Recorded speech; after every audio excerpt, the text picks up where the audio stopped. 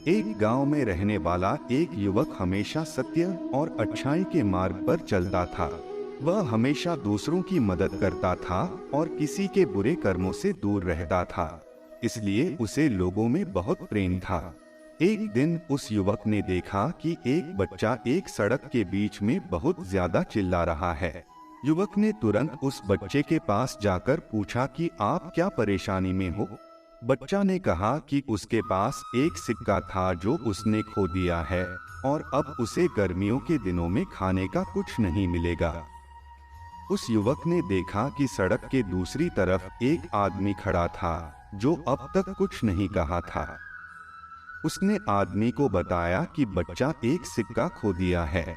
आदमी ने बिना कुछ कहे अपनी जेब से सिक्का निकालकर बच्चे को दिया। बच्चा ने अपनी खुशी व्यक्त की और उसे धन्यवाद दिया। उस युवक ने देखा कि अपने बातचीत से सिक्का लौटने के बाद उस आदमी का चेहरा भी बदल गया था। युवक ने उसे पूछा कि आपने जो किया बहुत अच्छा किया। आदमी ने उत्तर दिया कि सच्चाई और अच्छाई को अपने आप से अलग रखने से भय नहीं होना चाहिए। अगर आप सत्य और अच्छाई का पालन करते हैं तो जीवन में कुछ भी नष्ट नहीं हो सकता। यह सुनकर उस युवक के मन में एक नई ऊर्जा का उदय हुआ। उसने अपने आप को इस समझ में ले लिया कि सत्य और अच्छाई का पालन करना जीवन का सबसे बड़ा लक्ष्य होना चाहिए। उस दिन से उस युवक ने अपने आप को सत्य और अच्छाई के मार्ग पर और अधिक उन्नत करने के लिए प्रेरित कर दिया। उसने अपने जीवन को संवारा और अपने आसपास के लोगों को सत्य और अच्छाई के मार्ग पर चलने के लिए प्रेरित किया। इस कहानी से हमें यह समझ मिलता है कि सत्य और अच्छाई का पालन करना हमेशा से आसान नहीं होता है, लेकिन यदि हम इन मूल्यों का पालन करते हैं तो हम अपने जीवन को सफल बना सकते हैं और दूसरों की मदद कर सकते हैं।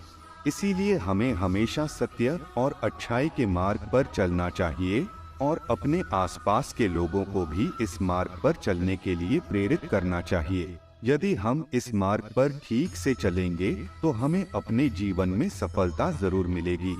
इसलिए जैसा कि भगवद गीता में भी कहा गया है, सत्यमेव जयते, यानी सत्य ही विजय होता है। अपनी जिंदगी में सत्य और अच्छाई के मार्ग पर चलते हुए हम जीत सकते हैं। आशा करता हूँ कि यह कहानी आपको प्रेरित करेगी और आप भी सत्य और अच्छाई के मार्ग पर चलते हुए अपने जीवन में सफलता प्राप्त करेंगे।